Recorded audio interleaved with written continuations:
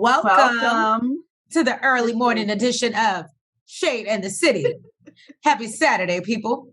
And thank you for joining us. Please make sure that you hit that like button. And that subscribe button. And we're glad you guys have been listening. We appreciate it. Yes. Thank you. Thank you. And yes, guys, let's get into it. We're going to get into Put a Ring on It and meet the rest of the fam. So yes, let's get into it and let's get shady.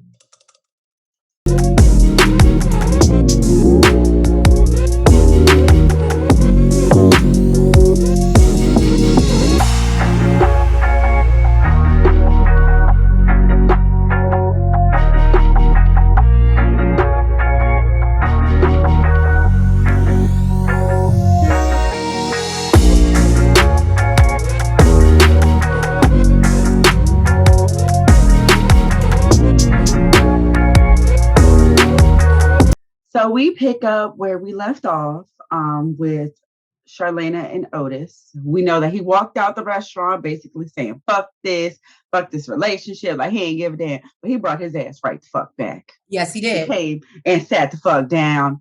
And, he tells her, you know what? I know I fucked up. Yes, she did. I hurt you.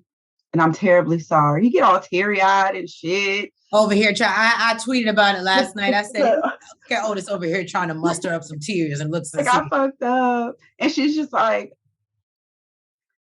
never hold yourself accountable, like, for anything. And he basically says, that he thinks that she feels that he doesn't value things. Well, duh. And, he really does. And he doesn't want to throw away 3 years. Like, you hear me, Char? You hear me? She's like, yeah, nigga, I hear you. Right.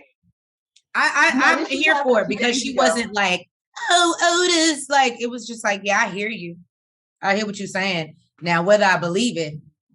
Yeah, she's like, this happened a few days ago, and we're still not in a great place. So we'll see.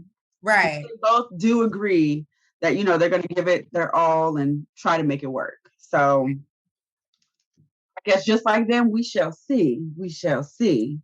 Then we get over to Kenny. Oh, y'all, if y'all have not been on this man's live, he is a whole fool. Is he? He's funny. He's funny. He's funny. But Kenny confirmed what we already knew, that he was there to provide dangling. His words, not mine. He would try to leave Shorty alone. They would break up, and then she would call. I'm just giving you his narrative. And then he said that she, would call him up for that dangling. And I said, well, I was right. We all knew he wasn't there because he was a great provider. That's all I'm saying. So now we meet Kenneth's older brother, Tori. He said that, he's in the kitchen cooking, looked like he's making a little steak. He said food is his therapy. And I guess that's why he started his Skinny Fat Man food blog. So I guess I just gave you a plug, Kenny. You're welcome. So then Tori asked him, like, what is you and Shorty's next move? Like, what are y'all doing? And he says that he's fighting to make it work. Tori questions, why is it only you? What is she doing? What is she working on? And, we all know Shorty doesn't really feel like there's anything wrong with her. And I can't say, I don't want to sound like biased, but she could be a little ill-tempered. We'll say that. And rightfully so. So I guess I am being biased. Anyway, so basically, Tori, we learn, is really not that here for Shorty. Apparently, Shorty likes to call their mother, and vent and talk shit when things aren't going her way with Kenneth. He ain't calling his job and posting shit all over fucking online, all over social media. Right. So this is here we go. Now I cannot be biased. Equal toxicity. It works both ways. I don't think that's toxic. I think she is calling his mother to vent and to probably try and correct him, because maybe she can't get through and she like, you need to, sit down and have some therapy, have some alone time with your son and get his mind together versus being actually toxic, posting shit all over social media and contacting my motherfucking job and posting shit there. You got me? That's toxic. And stalking me where the fuck I moved to. That's toxic. Okay, yes. So basically, Tori just tells Kenneth, if both of y'all are not working on something, it shouldn't just be you. And there has to be, like, she has to be willing to meet you halfway. And he also feels like Shorty feels comfortable in her spot and feels like Kenny ain't going nowhere, and he'll deal and basically calls him a puppet on a string. I said, well, that is what he was given this season. But, and no offense, but when you don't have anything else to bring to the table, unfortunately, you are letting her go dance that jig, goddammit. Right? So Shea sits down with Fonzo to have a conversation after speaking with her mother and her aunt. And we know that conversation really, I think it uplifted her. And I think it really, gave her a foot to stand on. She's like, motherfucker, you ain't gonna be doing this shit. Yeah, right. I'm not living like this no more. Exactly. So she tells Fonzo, like, I think the issue is you really don't understand how much the shit you do hurts me. He's like, because we weren't raised the same. And he was like, no, I know that it hurts you and I know it affects you. But he's just like, but I don't see what else I can do. Hey, so Shade Squad, I hate to be that I told you so person again.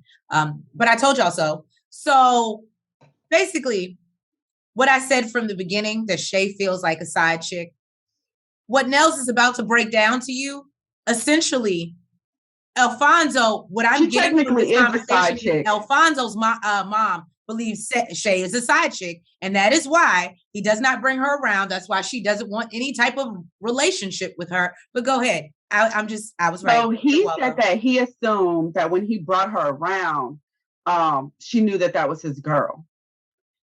And Shea is like, that's the problem. You're assuming, there's no action. You're not being direct. Exactly. She's like, you need to be upfront and direct with everybody, because when you leave them to assume, you create a mess, basically.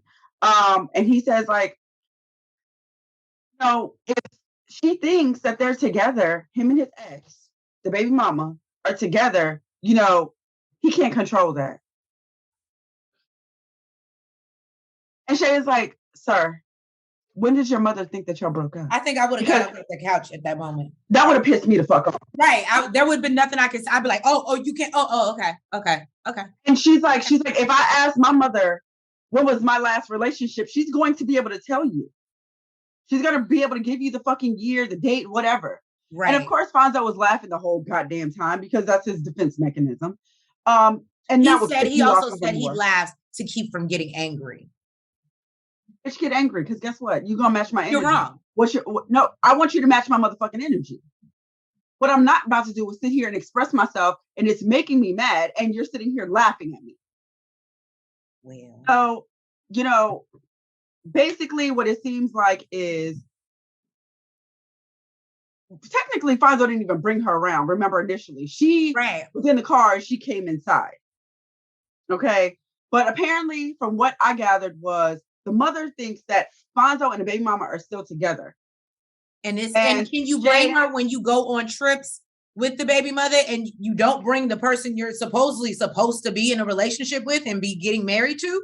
If I was the mother, I wouldn't want to be around her either, because I'm close with the baby mom and you have not stated who the fuck this woman is in your life. As far as I'm concerned, you guys are still together and this woman is trying to break up what y'all got going on. And this is the mother of my grandchildren. So no, I wouldn't want to be around this motherfucker. But he does say, he wants to do everything he can to fix it, because without her, he will be lost. And I hope he does. I hope he get that shit together. Because really all it takes, motherfucker, is you opening your goddamn mouth and communicating with your mother. But I guess maybe I think too much, because that would make me think, what is going on between you and her that you are just treading so lightly that you can't put your foot down and say, this is what the situation is. I'm marrying someone else. And that don't mean that you can't go over my mama's house and the kids can't see their grandma. But I don't think that, like, you need to understand that there is someone else. And you know what I feel like also, Shea is the type that doesn't like to rock the boat.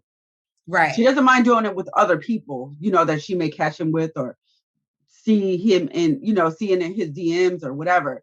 But with him specifically, she does not want to confront what's going on. And remember, initially, she was laughing along with him when he would laugh and bring up certain situations. So I think it's partly her fault too, because she doesn't want to confront the shit. Now that Dr. Nicole is getting in her ass, she ain't got no choice to. Right. She has to face her reality. That's what Dr. Nicole's making her do. Shout out, Dr. Nicole. That's why we love you. Shorty invites her mother over to make some tea. I think maybe there's some special type of tea, but we see who the real cook is in the house because she just invited her over to make some tea. She wants her mother's advice because apparently her mother has been married, I think she said, for 23 or 24 years. Right. So with this long-lasting marriage, she want to know what is the key to success.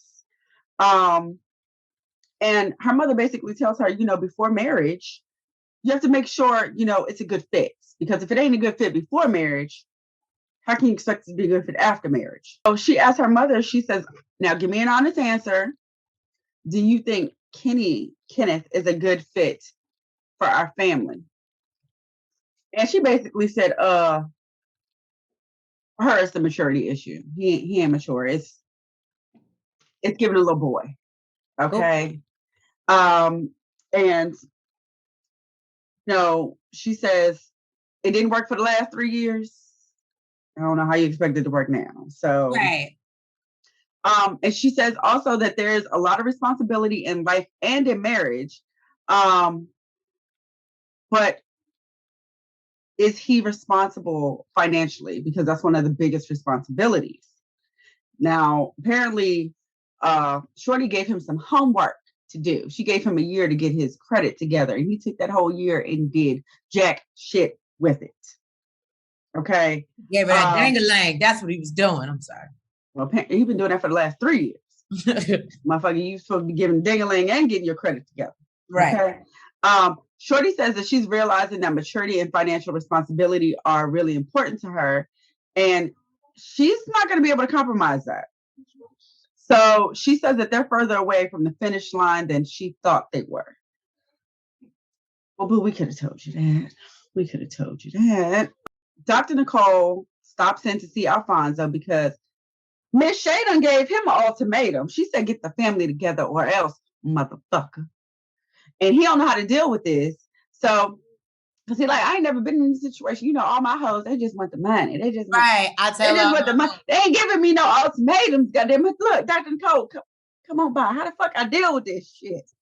And she did. The big homie comes through dropping gems as always. Right. Big homie done came through dropping them gems. And, for him, he says it's a big deal to create a blended situation. But, when people are used to doing things a certain way, they don't like those certain things to change. Mm-hmm. So she asked him, when was the last time him and his last girlfriend were together? Him and his son's mother, basically. Mother, yes. And he says about 4 years ago. Now, I would have thought if nothing else was going on after 4 years, somebody would have got the hint. Look, like last night, like they said, look, if you see us walking and holding hands and shit, clearly it's done and over, right? Right. I would think after 4 years. You don't need no closure. Right? I would think after 4 years, you really don't, unless something else is going on. So she asked, I thought was a very good question, but Alfonso didn't really answer it. She says, do you think that she views Shea as the reason there's no longer a potential future? Absolutely. Absolutely. The side chick. And, he didn't really give the answer I was looking for anyway. He just says, no, I think they just see Shea as, just another girl I'm going to get over and, and move on like he's been. And that's still a problem when you're about to marry her. But he also says there was no real official breakup. that they just kind of phased out, and he figured she was gonna move on and he would move on. So, but don't him and Shea live together, right? That's what it looked like to me. I'm really confused because the way it's making it sound is not only does the mother think that they're still together, so does the baby mama. The baby mama think that they're still together and that this is just, I don't know, some shit he going a through. Phase. He said it's a phase. He thinks right for the last few years though. Like he ain't fucking me, but he fucking her, and we still together. I don't look. He still talks to the mama every day. She still got, so she still feels like there's a level of like, oh, I'll fade out, but mama still love me. We still do family things together. She don't even bring, and all he has done is help this narrative because he doesn't bring Shea around. She clearly don't even come in the house when he does have her with him. So all he's doing is helping support this narrative that, yeah, this is just a phase and he's going to come back to me and we're going to be a happy family. And you know what Dr. Nicole said? She tells him he needs to ask himself, what does he believe he has mishandled? Right. This is what Shea was talking about with him and his accountability, because he don't know where it went wrong. He don't know whose responsibility it is or who fucked this shit up. Right. And she says that, you know, he needs to have a conversation with her and tell her, you know, you were valuable when you were my girlfriend. You were valuable when you had my son. But just because those dynamics change does not mean that you're no longer valuable. Valuable, right. And he was like, oh, that's that player. That player shit. I like that shit. Look, I said the same thing. All right, doctor. All right. Look, she's like, you know what it is. Talk about. But he said, you know, in a perfect world, he's hoping for all his family to be able to communicate, that Shea and the baby mama be able to communicate, and everyone gets together for like birthdays and holidays. That would just be amazing to him. And, you know, it's difficult for him to sit down and have a conversation with someone who technically still wants to be with him and close the door, basically. And you know what? She tells him, you know, it's not all about what you want. And, you know, you guys need to come together and figure out what you're going to do to make it work. So finds out. I guess Shea was right when she called your ass selfish. Can't make everybody happy, bro. Right. You got to figure out what the priority is. Yeah. You need to handle that. It should have been handled, or you wouldn't have been here. I can't believe he said we never officially broke up. He thought for a year she would have moved on. So what that mean? Like she just thought he was cheating? Out here cheating? Maybe she thought they were on a break. You know how people take breaks, but I don't know what she thought. So we see our boy Tavi, and he is meeting up with Shorty for another one-on-one. For my type of date. What'd you say? Breakfast. Breakfast. Yes, well, it looks like they didn't even eat breakfast. They just had such a good time over there. Coffee. That's really not my type of date either. That's not enough. Because I know I'm not going to eat while I'm drinking my coffee. So you're getting kind of almost a free date. Like, you know, I may have a croissant or something, but I can't do that. Yeah. So anyway, so Shorty basically lets us know that her mother advises her that she shouldn't be chasing Kenneth's potential. And so basically she's kind of in a weird place because she's now really starting to rethink things. And I think, Shorty, you said it yourself. You were out of his league. So you knew this. I don't think you needed your mother to confirm for you. You again saw potential, but he's not there yet. So it is what it is. She thinks, we see Tavi, she thinks he's articulate. He knows how to express himself. He's cute. And yeah, they sitting and it's definitely getting very flirtatious, you know. And apparently that's the color she liked her coffee. What happened? I said apparently that's the color she liked her coffee. Oh, the color. So he is giving everything that she likes. Oh. Apparently. She even says to him, did somebody give you, are you reading? Tell you what to say to make me happy? I said, well. And he's like, nah, but it's who I am. This is how I was It was raised. super cute because she said she wasn't sure if he was going to want to go on another date with her based off of the tension on the double dates. And he was like, absolutely. I was hoping, you could tell they were vibing. There's chemistry there. So he asked why he's single. He said that he's been single for the last year because he's just been very busy. He's a busy guy, and obviously women want attention, and him not be able, obviously, to provide that. I can respect that. Right. He's like, I don't have it to give, so ain't no point in getting nobody involved in my bullshit. Right. Tavi, we like you. Trust me, we here with you, homie. Look. Right. So he then tells her that he would love to find a woman who basically had her own stuff going on as well, so she could hopefully understand the busy lifestyle, and just be able to appreciate when they are able to come together. Tavi, at least you know what you want, and you're not out here in these streets unless you're willing to give it. Yes. Look, claps all around. And so again, he's saying all the things that Shorty wants to hear. She does ask him about marriage, and he even breaks that down. And he's like, look, I've been in long-term relationships that I thought was going to result in me getting on my knee, and I didn't. And he's like, and I don't want to be divorced. So until I am absolutely 100% sure, I am not getting married. He said he ain't forcing nothing. Right. And I can respect it. He's like, I'm not getting married to get divorced. So hats off. Then we get and learn that Shorty apparently has a neck tattoo fetish.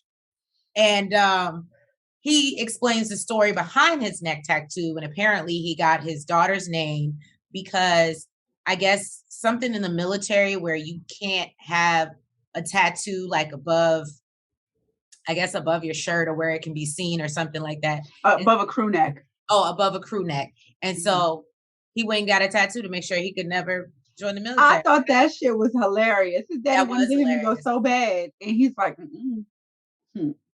not anymore. He's eating it up. She thinks that is so sexy. And basically she's like, do you want to go out with me again?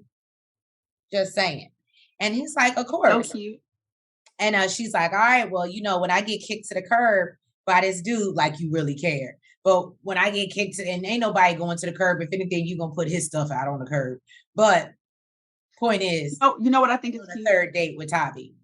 I think it's super cute when, we have conversations about a submissive woman, right? She is not at all submissive to Kenneth, but you can see her being submissive to him. So it's really about the energy that the man brings. And if you can bring that out of her, because she's all, you want to go out, right? Like on another date, like this is someone she can be submissive to. I think it's, I don't know, super cute. It allows her to play be a woman, be a lady. Yeah, be a woman. In her feminine energy. Yes. Yeah. So all the ladies are getting together to, let their hair down, have some drinks, and not worry about the men. Basically, Shea goes around the table. Well, she starts off with Charlie, and she asks whether she feels that there was more to the Otis and Milan situation. That's what it was trying to say. Right. Shea asks, why does she think Otis would do that? And Charlie basically lets us know that it's petty. He was being petty. She's like, I've seen the text messages. It was what it was. But why he would wait till we got on TV is because he was still upset behind my first date and the flowers and being petty. And she said, and even though he apologized, in his mind, what he was saying was, I got you, bitch. And basically, and I feel like the second date was better because the dude had rose petals and candles lit. He just ain't know, but he really gonna be mad when he sees the second date. Right. But basically she felt like it was retaliation, and that he was just doing it to be vindictive. So she asked her, well, knowing everything that you know today, would you, say yes? And she's like, no, I wouldn't today. And then she asked Shorty the same question. And Shorty, basically, we see her in the confessional. She says that she feels like it's kind of crazy that Otis is so hypocritical, but wants to put all these restrictions on Charlie. I agree. And while he out here moving funny. So then when Shorty's asked the same question, Shorty answers no. She believes she her is a hard no. A hard no. She believes her and Kenneth's biggest hurdle is that he needs to learn that they're not enemies. Mm-hmm. And everybody is like, oh, that's really profound. That's yeah. So then basically Shea gets asked the same question, and she says that she basically needs to be seen, and she needs Alfonso to handle his family matters, basically, or she can't see and recognize who she is in his life. Right.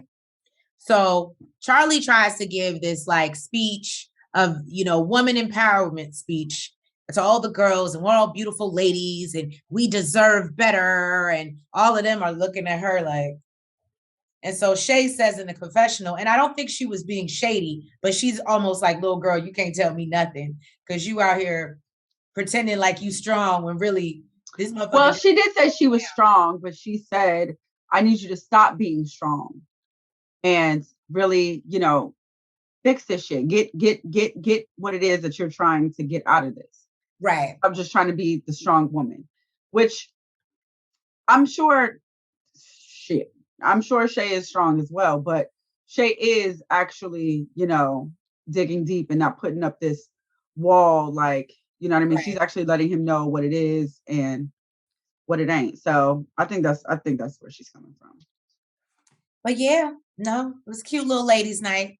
And they toast to hopefully their future marriages, but not necessarily to the people that they're with. So we jump into the therapy session, y'all. And Dr. Nicole is asking Kenneth and Shorty about their little one-on-one date.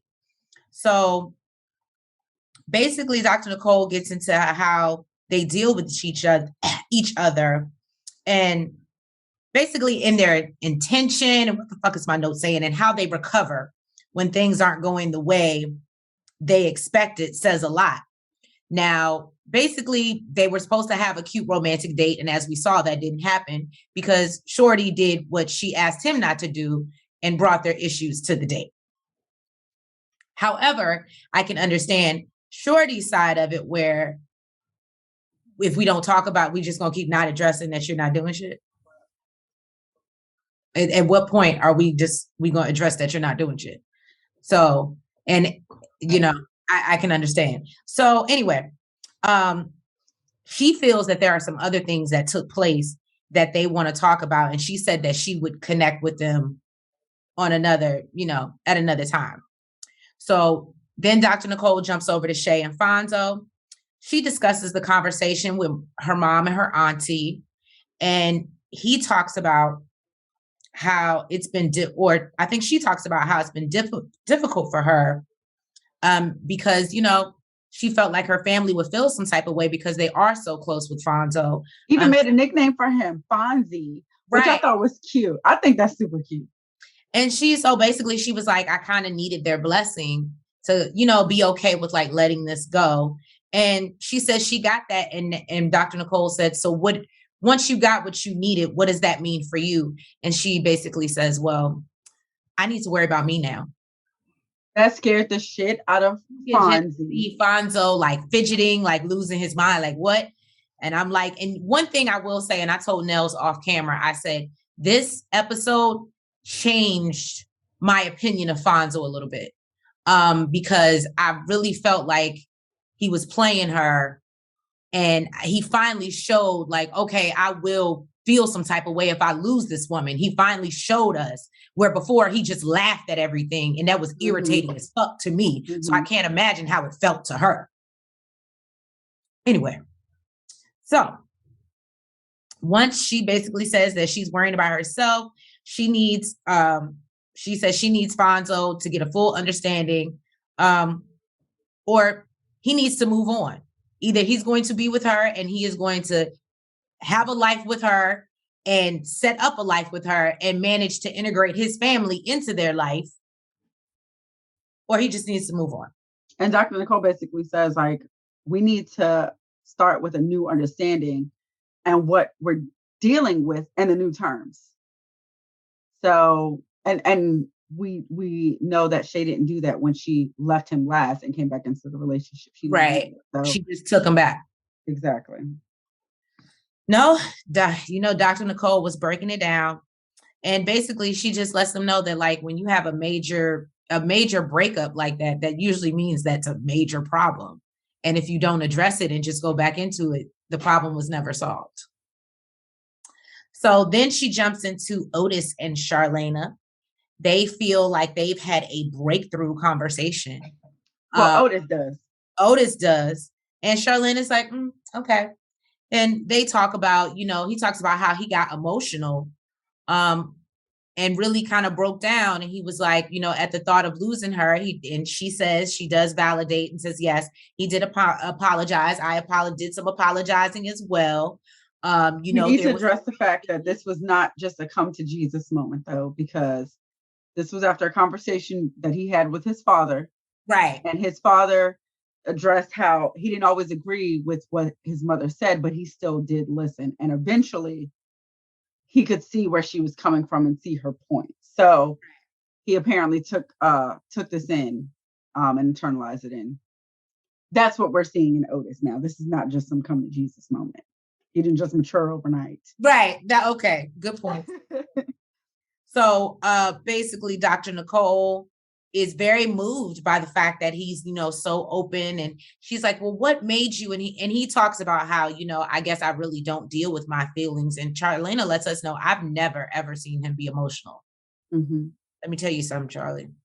That's how they get you every time. Once they learn that that's a thing, then they're going to be crying every But it's been this many years. And I mean, it's never been a thing. So but now he really believes that she's going to leave him. So I got to hit you with the tears. Well, and now that I see that it softened you up, it's going to be all the time type of thing. Right. I don't know. He said, he almost never gets deep with his feelings. But this particular time it broke him down. But also, I don't think Charlene has ever been super serious about like, that's what I'm saying. So then they move on to Shorty and her date with Tavi. And she's talking about how well it went. She said that her ears were very open. And Dr. Nicole asked whether she felt like the date presented new possibilities. And she said, yes, absolutely. Mm-hmm. Kenneth the whole time is just sitting there like a little teapot, just simmering, bubbling. He is not having a good day. When Kenneth is asked his opinion on how he believes her date went, he said she had that same good shit to say about me when she met me too. So, and if you look at Shorty's face, it didn't seem like that was so.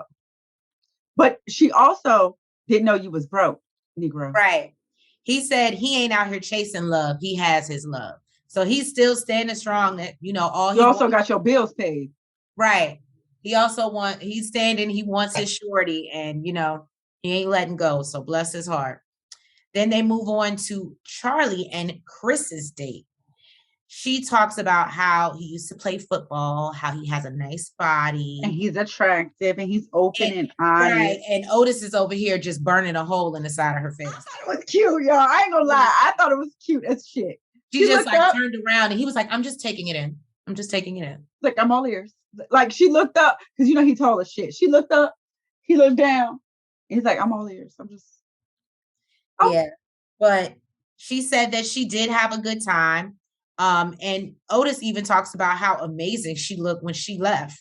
And we all know. You know what she said? She said, oh, yeah, I got compliments on that from Chris, too. So. Yeah, both some petty motherfuckers. They both petty. That's why it's not just Otis that needs to do some work. It's not. But so, yeah, no. And basically, Shorty says she's going on a third date with Tavi. And Charlena says, I think they turned it off. Nothing. They cut it off. And of course, they cut it off. And in the next episode. We'll find out next episode if Charlena's going to go on another date, but I don't believe she is. I don't think she is either. She said before she got there, she had a certain answer in her mind. But now, and I said, all it was that, the tear. And now she's and him publicly saying that he was emotional. I'm sure that has something to do with the fact that he said it in front of the boys and it really got to me and it broke me down. And now she's feeling like, okay, he's turning over a new leaf. So 9 times out of 10, she's going to say no. Right. Plus she feel like homeboy is a player anyway. So true.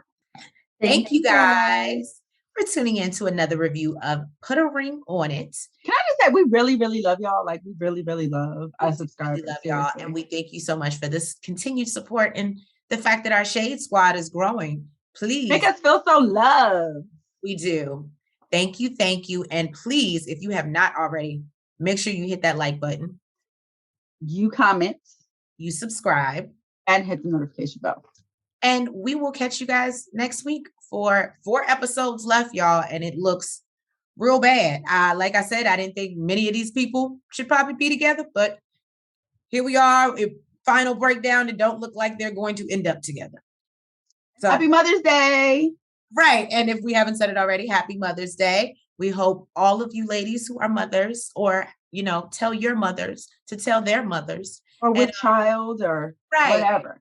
And happy Mother's Day. And we love you guys. Enjoy. And we'll catch you next week. Bye. Front, back, side to side. Make sure you go like and subscribe. Front, back, side to side. Make sure you go like and subscribe. Hey!